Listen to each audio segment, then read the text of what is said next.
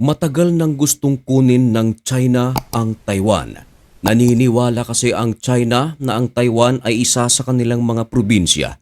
Maliban dito, meron ding tinatawag na One China policy at aware dito ang United States of America, Japan at ibang bansa. Pero ang Taiwan patuloy na lumalaban sa mga ginagawa ng China. Inihahanda nito ang kanilang mga puwersa. Puwersa sa lupa, puwersa sa dagat at puwersa sa himpapawid. In short, hindi rin pipitsuging bansa ang Taiwan. Kumpleto rin ito sa kagamitang pandigma at depensa. Pero galit na galit ang China dito sapagkat ang United States of America nagsusupply naman ngayon ng armas. Nagkakahalaga pa ito ng $11 billion. Agad na gumawa ng aksyon ang China. Ano ang kanilang ginawa? Yan ang ating pag-uusapan sa videong ito. Pero bago ang lahat ay huwag kalimutang mag-subscribe.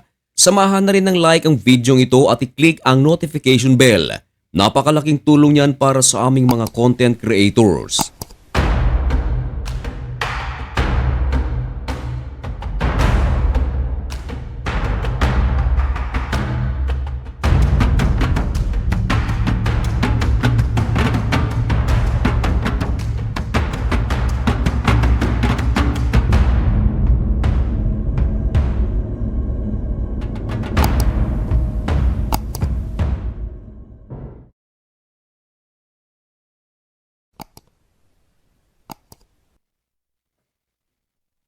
Maligayang pagbabalik mga kaibigan.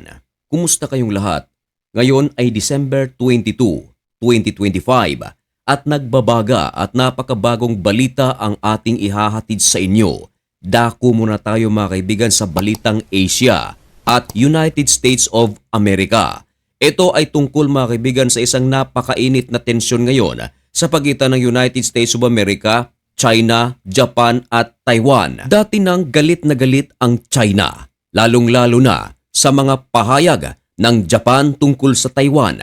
Sinabi kasi ng China na kukunin nila ang Taiwan sa anumang paraan. Umalma rito ang Japan. Ayon sa Taiwan, na kung kukunin ng China ang Taiwan sa pilitang paraan, ay hindi magdadalawang isip ang Japan na magpadala ng kanilang puwersa upang labanan ang puwersa ng China. Kahit na hindi hilingin ng Taiwan ang tulong ng Japan upang sila ay matulungan laban sa China, ay pilit itong gagawin ng Japan dahil itinuturing ng Japan na ang Taiwan ay pintuan para ang China ay makapasok sa kanila. Ito ay dahil sa mga isla na kontrolado ng Japan pero malapit ito sa Taiwan.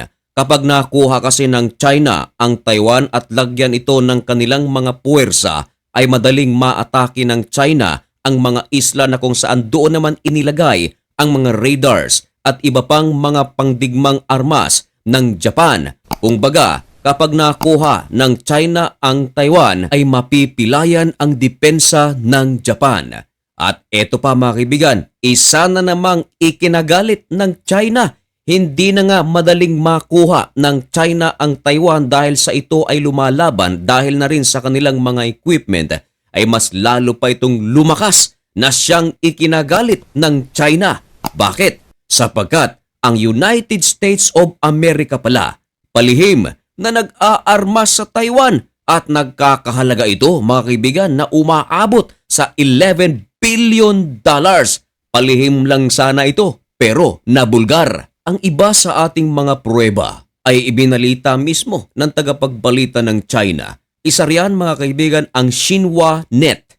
Of course, hindi lang isa ang ating pruweba. Ito pang isa mga kaibigan, mula rin ito sa China, ang South China Morning Post. Nakalagay nga riyan mga kaibigan kung gaano nga ba kalaki ang arm deal na ito. Umabot nga ito ng 11 billion. O nga't babayaran naman ito ng Taiwan. Pero hindi pa rin ito gusto ng China. Kumbaga kahit na sinong bansa mga kaibigan ang magkaroon ng arm deal sa Taiwan, kahit na ito ay India o Japan, hindi talaga ito gugustuhin ng China sapagkat ayaw nila na umangat ng umangat at palakas ng palakas ang Taiwan at sa ganun ay mahihirapan na talaga ang China na kunin ito. Lalong-lalo na, armas pa ng Amerika na siya naman talagang rival ng China. Teka muna, sandali. Baka naman fake news ang balitang ito. Lalong-lalo na't ang nagbalita ay mula sa China. Baka naman ito ay gawa-gawa lamang upang pagbintangan o balaan ang United States of America.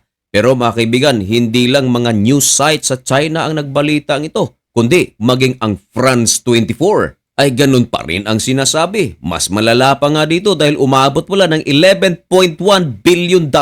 Package pa ito. Kapag sinabi nating package, hindi lang ito isang armas. Marahil meron pa itong mga fighter jets at iba pang mga kagamitan. Ngayon, sa tanong na kung ano ang ginawa ng China tungkol sa US Arms Sales Package sa Taiwan, of course mga kaibigan, agad na nagbigay ng babala direkta ang China mismo sa United States of America. Kinumpirma din ito mismo ng State Council of Taiwan Affairs Office. Ayon sa kanila, tahasang sinabi ng China sa Amerika, stop it immediately. Ngayon, ano naman ang problema kung sakaling magkaroon ng deal ang Taiwan at United States of America?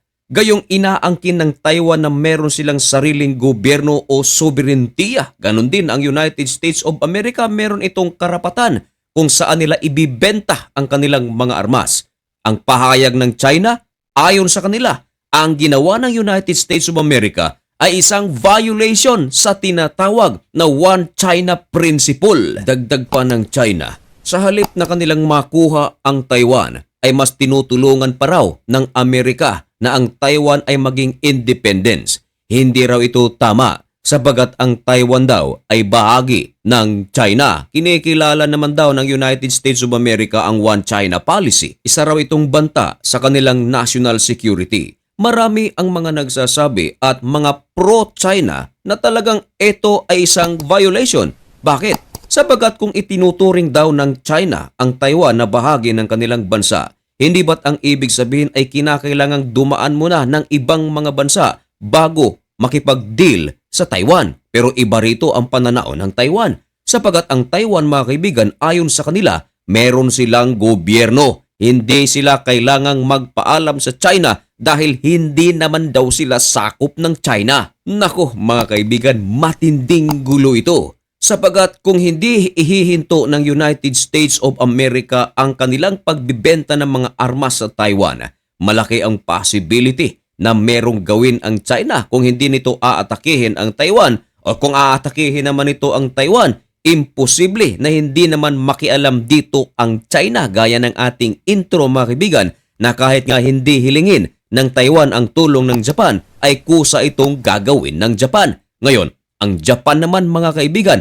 kaibigan din ito ng United States of America. Kinikilala naman ng United States of America ang Taiwan bilang kanilang kaibigan. Nako mga kaibigan, ano ang inyong masasabi tungkol sa isyong ito? Sige nga, ipaalam ang inyong mga komento, mga opinion dyan sa comment section. Mga kaibigan, hanggang dito na lamang muna ang video ito. May God bless you and thank you so much for watching. And advance Happy New Year sa inyong lahat. May God bless you.